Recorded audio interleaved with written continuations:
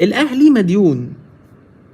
الاهلي مديون. يعني ايه الاهلي مديون؟ والله الزمالك ليه فلوس عند الاهلي يا راجل. والله الزمالك ليه فلوس عند الاهلي. ايه هي الفلوس الزمالك اللي عند الاهلي؟ الفيفا بيغرم الاهلي بسبب امام عاشور. الزمالك ليه فلوس بسبب امام عاشور عند الاهلي. الزمالك ليه فلوس بسبب امام عاشور في صفقة انتقال امام عاشور للاهلي، والاهلي ما دفعهاش للزمالك، والاهلي مش هيفضل يدفعها للزمالك دلوقتي. الاهلي هيدفعها للزمالك في وقت ميت، في وقت انت مش محتاج فيه فلوس. تمام. الناس اللي لسه داخله تضرب اللايك، ضغطتين على الشاشة، واللي ما اشتركش في القناة يشترك في القناة. اللي ما اشتركش في القناة يشترك في القناة، واللي ما عملش لايك يعمل لايك. وهرد على كل الكومنتات حالا بالا سأصارع. كل الكومنتات هرد عليها، وهرد على الفقرة الكوميدية بتاعت الأهلاوية هرد عليها والله. يعني في فقرة كده عند جمهور النادي الأهلي بيدخل عندي بيقول نفس الكومنتات كوبي بيست. دلوقتي بيقول لك الفيفا يغرم الأهلي بسبب إمام عاشور. الفيفا بيغرم الأهلي بسبب إمام عاشور. بص بقى موقع المصري اليوم. اهم حاجه المواقع اللي هي زي يلا كوره وفي الجول وكل الكوره والحاجات دي مش كاتبه اي حاجه عن غرامه الفيفا للاهلي. هي غرامه مضحكه جدا، غرامه مضحكه جدا. ده انتوا هتشوفوا دلوقتي. بس كل الناس على السوشيال ميديا كاتبه ان فعلا الفيفا غرم الاهلي، وان الزمالك وغزل المحله وحرس الحدود ليهم فلوس عند الاهلي في لما صفقه انتقاله من ميتلاند الدنماركي للنادي الاهلي. وجه الاتحاد الدولي لكرة القدم فيفا رسالة قوية إلى النادي الأهلي مع تغريمه ماليا بسبب لعبه إمام عاشور على خلفية عدم سداد مستحقات حق الرعاية للأندية التي لعب لها.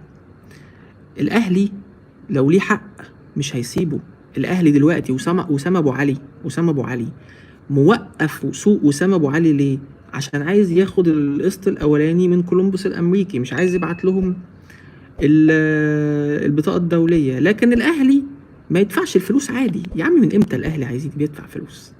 يا راجل من امتى الأهلي بيدفع فلوس؟ ما فيش مشكلة.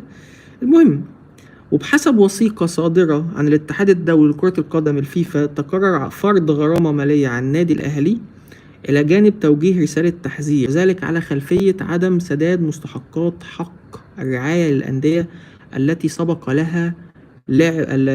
لها أن لعب لها إمام عاشور. كان الأهلي تعاقد مع إمام عاشور في صيف 2023 قادما من صفوف ميتلاند الدنماركي لمدة 5 سنوات مقابل 3.5 مليون دولار. وتنص لوائح الفيفا على أحقية الأندية. إيه ده في إيه؟ على أحقية الأندية التي لعب لها إمام عاشور بين سن 12 و 23 عام في الحصول على حقوق رعاية مقابل مساهمتها في تطويره خلال مرحلة الناشئين والشباب.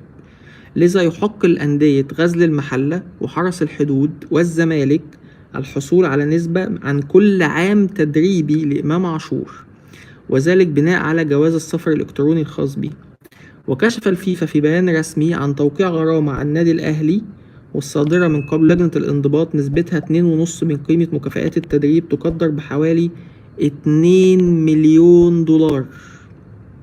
2 مليون دولار يتم دفعها على منصة كليرنج هاوس بسبب عدم دفع حق الرعاية الخاصة بإمام عاشور، مع تحذير للأهلي.